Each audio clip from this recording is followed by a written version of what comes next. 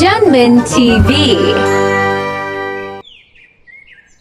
ये कहानी है एक बुलबुल की जो दूर जंगल में अपने दो बच्चों के साथ रहती थी। उसी जंगल में एक रॉकी कौवा अपनी बीवी सुंदरी के साथ रहता था, जो कि बहुत ज्यादा मगरूर था। रॉकी जी, सारे परिंदे अपने नए लकड़ी के घर बना रहे हैं।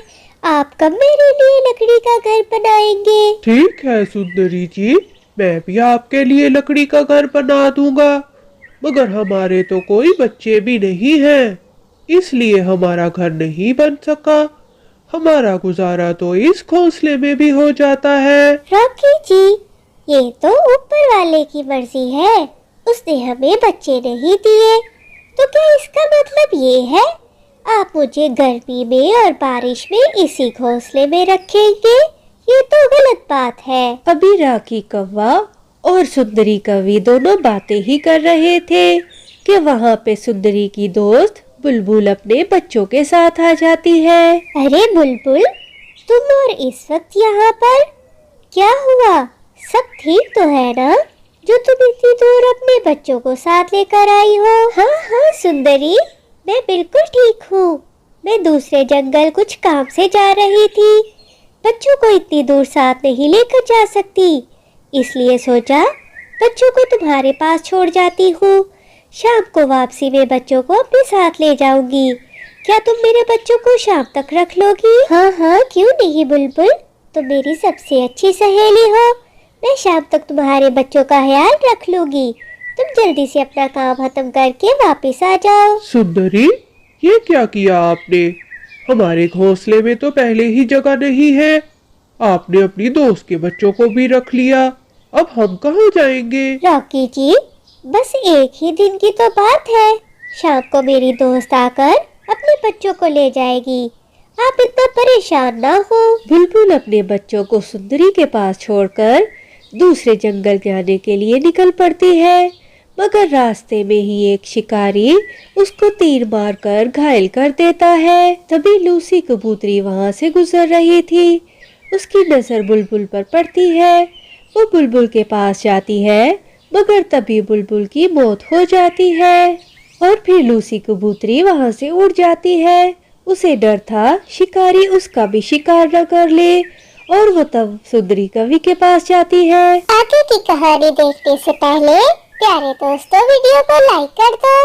अभी तक चैनल को सब्सक्राइब नहीं किया तो मेरे चैनल को सब्सक्राइब कर दो। अरे लूसी, तुम इतनी डरी हुई क्यों हो? क्या बताऊं तुम्हें सुंदरी, मैं जंगल की तरफ आ रही थी, रास्ते में मुझे घायल बुलबुल मिली। उसे किसी शिकारी ने तीर मारकर घायल कर दिया और वो वहीं पर मर गई है। मैं तो बड़ी मुश्किल से अपनी जान बचा कर आई हूँ। सुंदरी, पहले तो तुम्हारी बात मान ली मैंने, अब मैं इन बच्चों को अपने पास नहीं रख सकता। कौवे के बच्चे होते तो शायद मैं पाल भी लेता। चलो आओ दोनों मिलकर इनको नदी किनारे छोड़ आते हैं, वहाँ बहुत से परिंदे पानी पीने आते हैं, कोई परिंदा इनको अपने साथ ले जाएगा।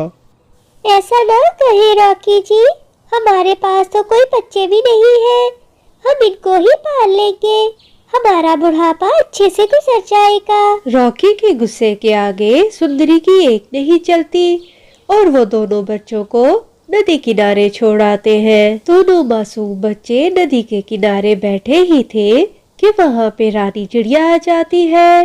अरे ये तो बुलबुल के बच्चे हैं, मगर लूसी तो कह रही थी कि बुलबुल के बच्चों को अब सुंदरी और रॉकी पालेंगे।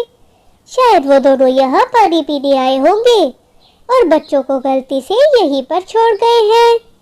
चलो बच्चों, मैं तुम लोगों को सुंदरी और रॉकी के पास छोड़ आती हूँ। और फिर रानी चिड़िया उन दोनों बच्चों को लेकर सुंदरी कवि और रॉकी के घोंसले की तरफ चल पड़ती है। अरे रानी चिड़िया, ये क्या किया तुमने? अभी तो मैं इन बच्चों को नदी किनारे छोड़कर आया था और तुम वापस इनको मेरे ही पास ले आई हो। मैं इन बच्चों को नहीं पाल सकता, अगर कोई कौवे के बच्चे होते तो मैं उनको जरूर पाल लेता। ले जाओ तुम इनको अपने साथ। अरे रॉकी भैया, मुझे तो लगा था आप बुलबुल के बच्चों को पालेंगे, मैं इसीलिए आपके पास ले आई थी। मगर ठीक है, मैं इन बच्चों को अपने साथ ले जाती हूँ। बच्चों, ये घर आज से तुम लोग का है और मैं तुम्हारी माँ हूँ। आज से हम लोग मिलकर रहेंगे और खूब मजा करेंगे। और फिर चिड़िया बच्चों को उड़ना सिखाती है, खाना ढूंढना सिखाती है।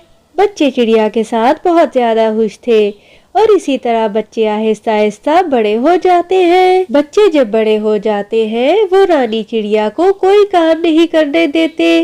वो बाहर से सब खाना भी खुद ही लाते हैं। रानी चिड़िया बस घर में आराम करती है। क्या हुआ रॉकी जी, आप खाना नहीं लेकर आए? ना ही आपने मेरे लिए अभी तक लकड़ी का घर बनाया। उस रानी चिड़िया को देखे, मेरी दोस्त के बच्चों को पाल पोस कर इतना बड़ा कर लिया और अब महारानी जैसी जिंदगी गुजार रही है। आप सही कह रही है सुंदरी जी, मुझसे तो अब खाना भी ढूंढा नहीं जाता। मुझसे बहुत बड़ी गलती हो गई थी। उन बच्चों को हमने पाला होता तो आज हम भी रानी चिड़िया की तरह अच्छी जिंदगी गुजार रहे होते। तो प्यारे दोस्तों, इस कहानी से हमें सबक मिलता है कि सब्र का फल हमेशा मीठा होता है। हमें हमेशा दूसरों के साथ नेकी करनी चाहिए। कहानी अच्छी लगी है तो लाइक करो और मजे की कहानियाँ देखने के लिए चैनल को सब्सक्राइब करो।